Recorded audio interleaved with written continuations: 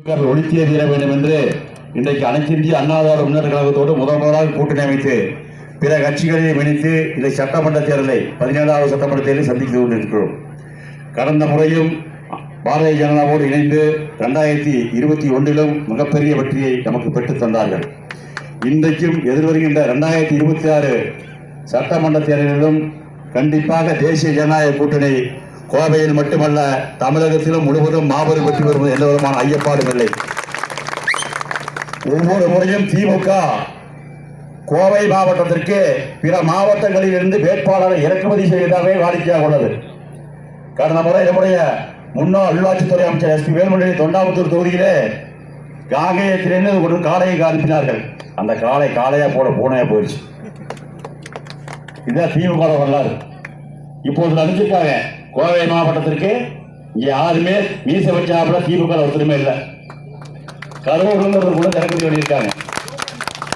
கோவை மக்கள் என்றைக்குமே 2001 தொடர்ந்து தேசிய ஜனநாயக கூட்டணி அதிமுக பாரதிய ஜனதாவுக்கு தொடர்ந்து ஆதரவு கொடுக்குறாங்க. 2001 100க்கு 100, 2006 100க்கு 90, 2016 100க்கு 90, திருப்பி 2021 100க்கு 100 கொடுத்தாங்க. ஒரு தொகுதியில் அவங்க ஜெயிச்சு முடிஞ்சது. வரக்கூடிய காலம் அதுவும் இல்லை. 2021 அதுவுமே இல்லை. திமுக நேற்றுக்கு கூட பூஜை போட்டு அவர் அறிக்கை கொடுக்குறாரு. குறைந்த வாக்குகள் தான் கடந்த முறை அதிமுக 4-5 தொகுதி ஜெயிச்சிருக்காங்க. அதனால இப்ப இருக்கக்கூடிய ஸ்டாலினுடைய அரசு மிக சிறப்பாக செயல்படுது. எப்படி சிறப்பாக செயல்படுது? வீட்டு வரி உயர்வு,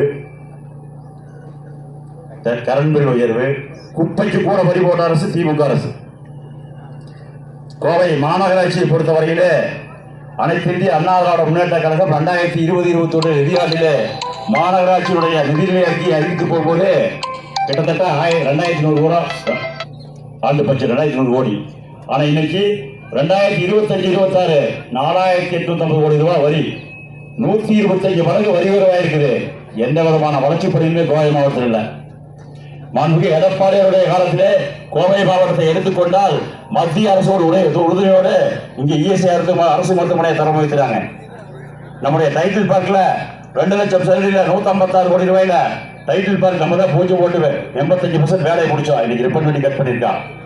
தமிழகத்திலேயே மிக நீளமான பாலம் அவலாசி ரோட்ல அன்னைக்கு திமுக சட்டமன்ற உறுப்பினர் கார்த்திக் அவர்கள் இந்த 5 ஆண்டு காலம் சீரோ தொகுதியில் சட்டமன்ற உறுப்பினராக பொறுப்பேற்று திராவிட முன்னேற்ற கழகத்தில் எதிர்கட்சியா இருக்கிறாங்க. ஒவ்வொரு ஆண்டு திமுக முன்னாள் மாவட்ட செயலாளர் கார்த்தி அவர்கள் இருக்கக்கூடிய 52வது வார்டு, சிங்கநல்லூர் தொகுதியிலே 15 வார்டுகள் பெரும்பான்மையாக இருக்கக்கூடிய கோவை மாநகராட்சியுடைய கிழக்கு மண்டலம் லட்சுமி தலைவர் அவங்க. நான் சட்டமன்ற உறுப்பினர் ஒவ்வொரு ஆண்டும் 2021, 22, 22, 23, 23, 24, 25, 26 என்ற 5 ஆண்டுகள் சட்டமன்ற உறுப்பினர் ஒதுக்கி எந்த விதமான பணியுமே அந்த வார்டில் மேற்கொள்ளவில்லைன்னா என்ன சர்வாதிகார ஆட்சி நடக்குதுங்க. இதுக்கெல்லாம் கண்டிப்பா ஒரு முற்றுப்புள்ளி 2026 தேர்தலில் வருவது என்ன சந்தேகம் இல்லை. ஆனா எடப்பாடியார் அப்படி இல்லை. தமிழகத்திலேயே நீளமான பாலம் 1650 கோடி ரூபாய். அது சிங்கநல்லூர் தொகுதியில் 8 கிலோமீட்டர் மேல வருது. கோவை மக்களுக்கு வேண்டி பார்த்து செஞ்ச இயக்கம் அதிமுக 10,000 கோடி ரூபாய்க்கு மேல மத்திய அரசோட உறுதியோட கோவை மாவட்டத்தில் வளர்ச்சி பணிகளை செஞ்சிருக்கிறார்.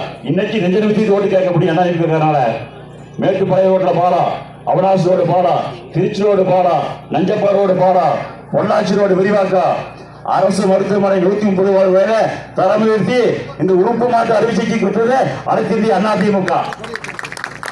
அத்திக்கரம் அவனாசி திட்டம் 60 ஆண்டு கால திட்டம் யாருமே கொண்டு வர முடியாது.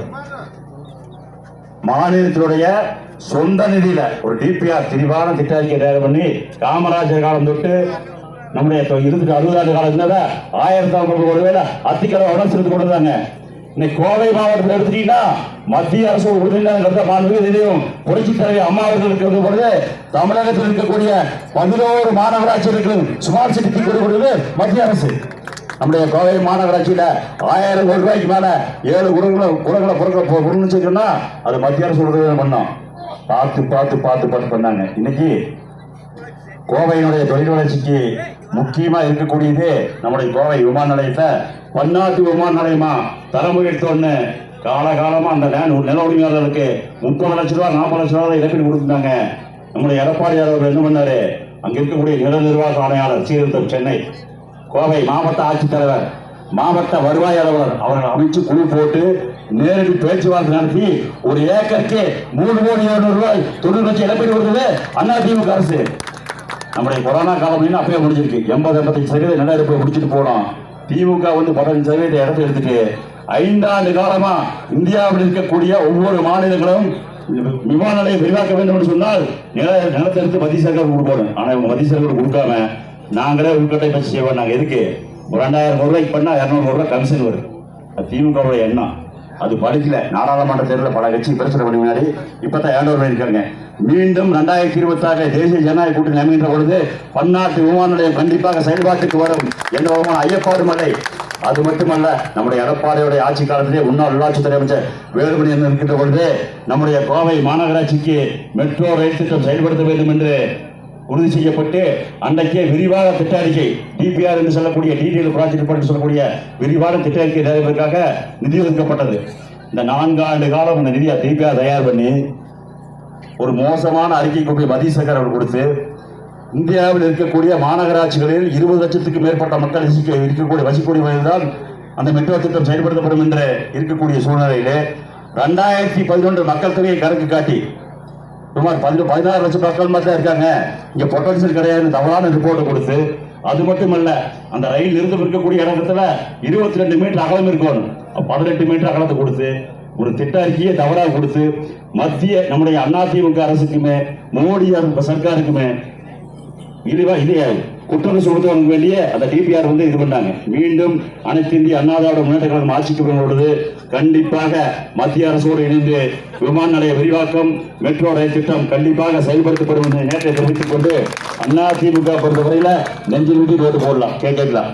கடந்த 5 ஆண்டு காலத்துல திமுக காரா மேடைக்கு போட்டு பேசு எந்த கோயம்புத்தூர் படிக்கணும்னு சொல்லு பல்வேறு படிச்சுமே தவிர ஒரு செம்மொழி பூங்கா 2010 அறிவிச்சத இப்பதான் அவசர கதியில ஓப்பன் பண்ணிருக்க. அது முழுசா ஓப்பன் பண்ணாம அவசர கதியில ஓப்பன் பண்ணிருக்க. ஆனா எடப்பாடியார் அப்படி இல்லை.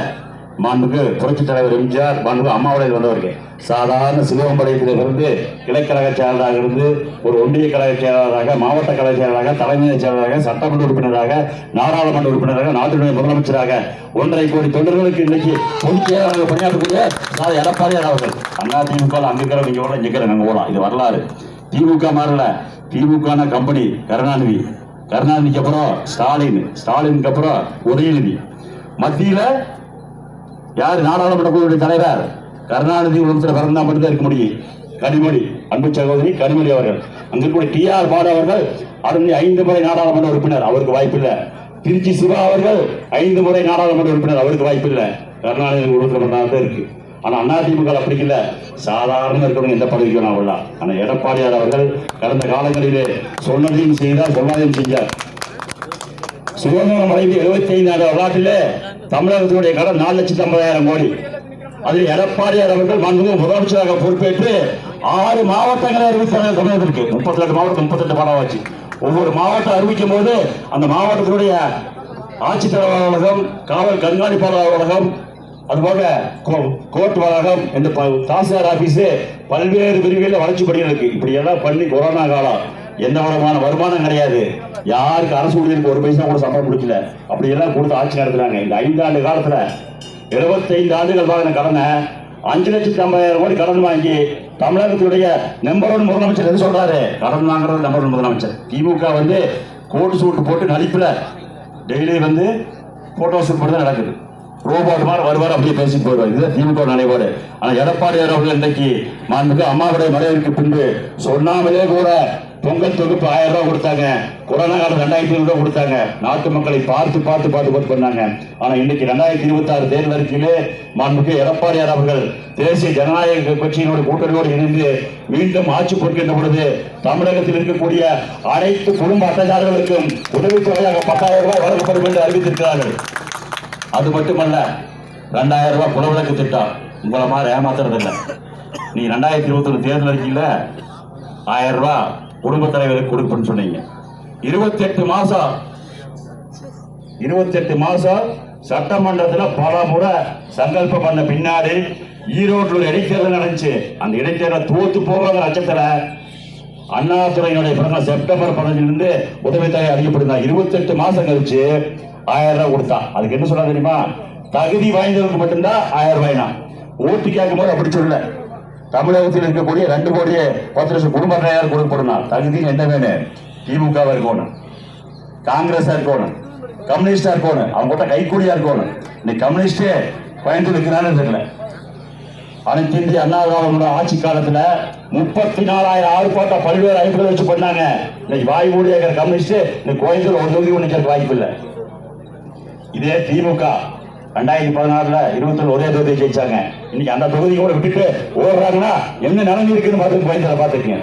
ஒரு பாலாஜி இல்ல 1000 பாலாஜி கோயம்புத்தூர் வந்தாலும் தேசிய ஜனநாயக கூட்டணியை வேறு அழிக்க முடியாது என்று தெரிந்து கொண்டு உங்களை திமுகவை பின்னங்கால் பிறகு தேசிய ஜனநாயக கூட்டணி சார்பாக ஊரோட வெற்றி எடுக்கும் என்பதை தெரிவித்துக் கொண்டு